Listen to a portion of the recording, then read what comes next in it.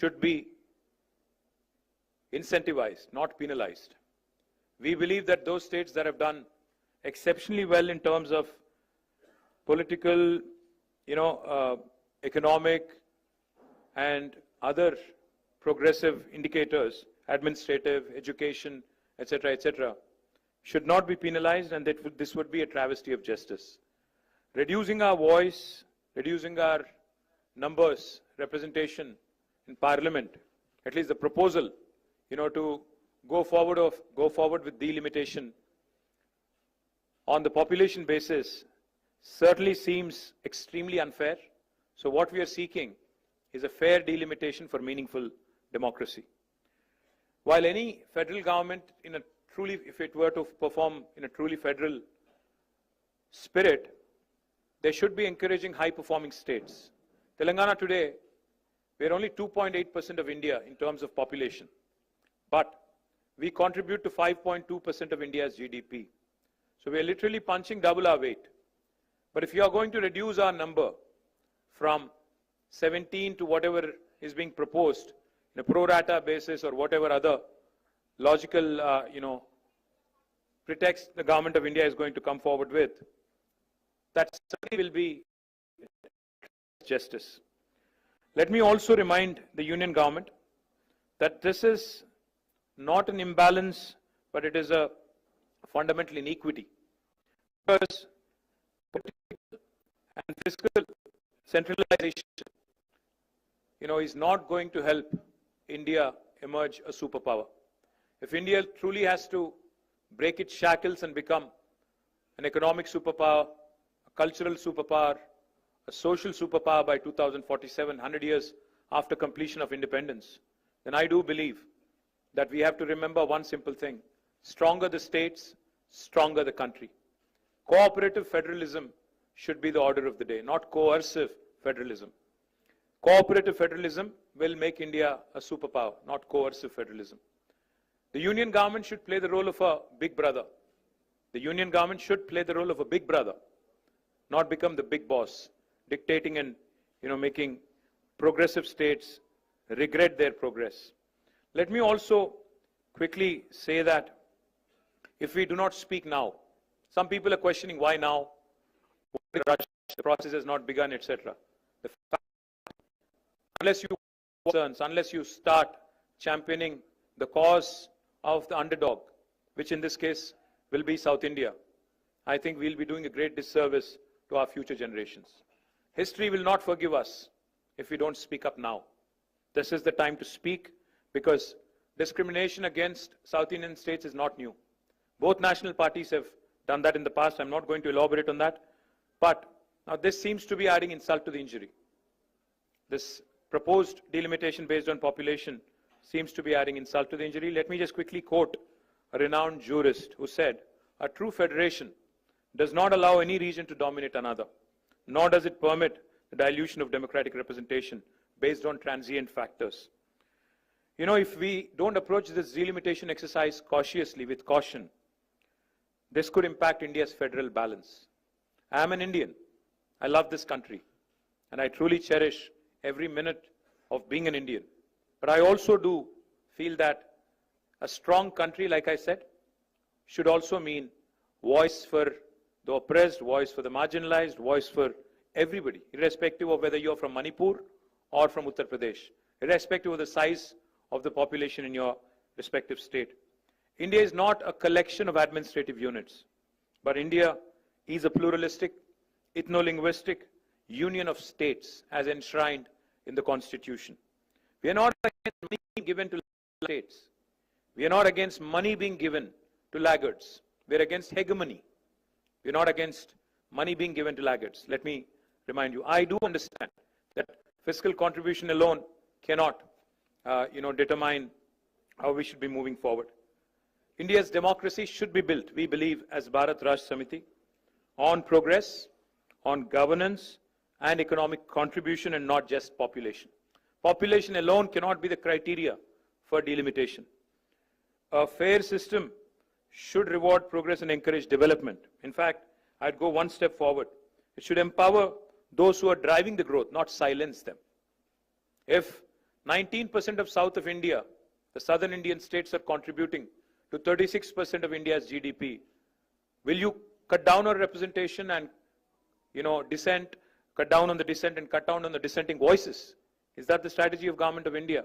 Let me also add, there have been past experiences which have been bitter. So while Government of India, while the Union Home Minister says it would be pro rata, there would not be any reduction in seats in South of India, let me say one thing. No reduction in South of India, Southern Indian seats does not mean no increase in North Indian seats. Let me remind you that.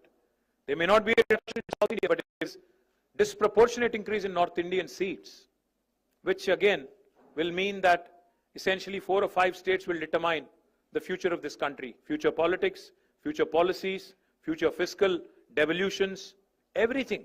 Future life of a citizen of India will be determined by 4 or 5 states, and that is certainly not acceptable. And why do we not have enough confidence in union government when it says pro rata? Because we've had bitter experiences. 11 years ago, when Telangana was formed as a state, we were promised by Indian Parliament that delimitation will happen within the state of Telangana. The number of assembly seats would increase from 119 to 153. But has it happened in 11 years? Despite it being an enactment of the Parliament? No. Why? Because it does not suit the BJP. It does not suit the union government. Where it suited them, they've done it. It suited them in J&K. It suited them in Assam. So they've done it there. But it doesn't suit them in Telangana and Andhra. So they don't do it here. That is exactly what we are apprehensive of. Let me also remind you, never in the history have there been such high proportion of cesses that have been added, which are depriving the states of their rightful share in devolution. States are, I've heard in that room from one of the chief ministers, I think it was Kerala chief minister, who said, federalism is not a gift, it is our right as a state. India is a federal republic. Federalism is enshrined in constitution in letter and spirit. That's exactly what we are demanding. We are demanding our rights. So what are we proposing as Bharat Rashtra Samithi? What did we propose in the meeting? We proposed 2-3 things. Why is delimitation being done at all? Delimitation is being done because India is a representative democracy. People need voices. Population has increased. So therefore, number of seats has to increase. Yes. But why don't we do this? Normally, all of you know, all the media people also know. A first point of call for a citizen when there is a problem is possibly the local MLA, if not the local corporator or local sarpanch. It could be the local assembly constituency representative. So what we are proposing is, I think union government should go ahead and increase the number of assembly seats within a specific state so that wherever there is an increase in population, all those challenges with respect to representation, with respect to better administration, decentralization, etc. can be tackled.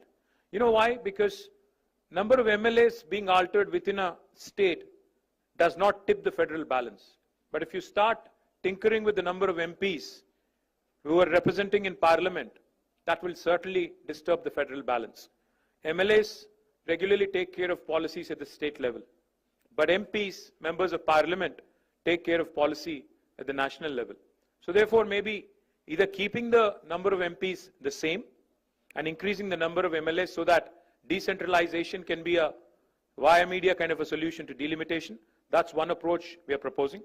Or secondly, if you're increasing the number, if you're determined to increase the number of seats, then what we are proposing is maybe take the national average growth rate or maintain the same proportion for every state. Because you see, Government of India itself, through 42nd Amendment of the Constitution and back in 1976, had brought in, population control as a measure and suspended further delimitation for 25 years. In 2001 again, Atal Bihari Vajpayee government suspended it by 84th Amendment for another 25 years. So for 50 years, we have not increased number of seats.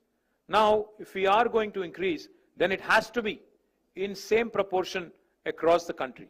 It cannot be impacting those states that have done economically, educationally, progressively, adversely. And we would also like to propose, this could sound a bit radical. Population alone cannot be the criteria. What if we start asking, 19% of South India contributes to 36% of GDP. So can the South have 36% representation? in Parliament. That could be a radical solution. Why population alone should be the criterion for delimitation? Why not fiscal contribution? Why not development? Why not progress? So we are certainly keen to see what the government of India would eventually say, but all in all I would say is, once again, before I sum up, India has just completed 75 years of existence. Our national leadership should ideally strive to heal old wounds, not create new ones, not unnecessarily create ruptures in this Indian polity, which is already very diverse, very heterogeneous. As a renowned scholar and statesman once said, the federal structure of India must ensure that no state, however small or large, feels neglected in governments. You could be Manipur, you could be Uttar Pradesh. You should not feel neglected, or you should not feel left out. That's exactly what we are demanding. And once again, I'd like to repeat, if India truly has to become a superpower by 2047, the order of the day is cooperative federalism, not coercive federalism. Jai Telangana, Jai Hind. Thank you. నేనేం చెప్పాను అంటే భారతదేశంలో 1976లో ఆనాటి అప్పటి ప్రభుత్వం 42వ రాజ్యాంగ అధికరణం ద్వారా సవరణ ద్వారా వారు ఆనాడు నంబర్ ఆఫ్ సీట్స్ మీద రెస్ట్రిక్షన్ పెట్టారు. ఇప్పుడు మళ్ళీ ఏ రాష్ట్రాలు అయితే జనాభా నియంత్రణ పాటించాయో, కుటుంబ నియంత్రణ పాటించాయో వాటిని పనిష్ చేసే విధంగా వ్యవహారం చేస్తామంటే ఇది సరికాదు, ఇది మంచిది కాదు, దేశానికి మంచిది కాదు. అందుకే ఇతర ఫ్యాక్టర్స్ కూడా తీసుకోండి. ఫర్ ఎగ్జాంపుల్ నేను అన్నట్టు జీడిపి కాంట్రిబ్యూషన్ తీసుకోండి. తెలంగాణ ఓన్లీ 2.8% పాపులేషన్ భారతదేశంలో, కానీ జీడిపి పరంగా చూస్తే మన కాంట్రిబ్యూషన్ 5.1, 5.2%. సో మరి ఆ లెక్కన తీసుకుంటే సౌత్ ఇండియా మొత్తం కలిపి 36% జీడిపి కాంట్రిబ్యూట్ చేస్తుంది భారతదేశంలో. సో ఆ రకన ప్రపోర్షనేట్ గా చూస్తారా? కేవలం జనాభాను ఎట్లా తీసుకుంటారు? ఏ రాష్ట్రాలు అయితే కుటుంబ నియంత్రణ పాటించలేదో, భారతదేశ హితాన్ని అనుసరించి పనిచేయలేదో వాళ్ళకెట్లా వాయిస్ ఇస్తారని అడుగుతున్నాం. Thank you.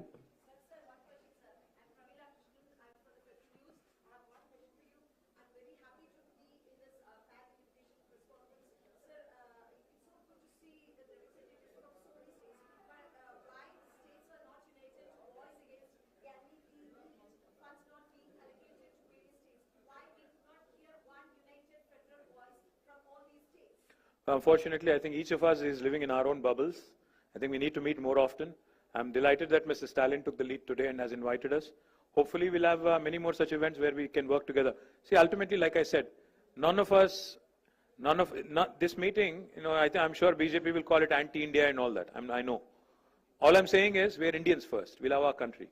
So if our country has to really progress, I think performing states, irrespective of what kind of discrimination is being met out to them, we have to fight together. We'll raise our voice whenever and wherever needed, and we'll continue to raise our voice in Parliament, State Assembly, multiple forums. But I have to tell you, I've never seen a bigger press conference than this. I already feel like a rock star today, but thank you.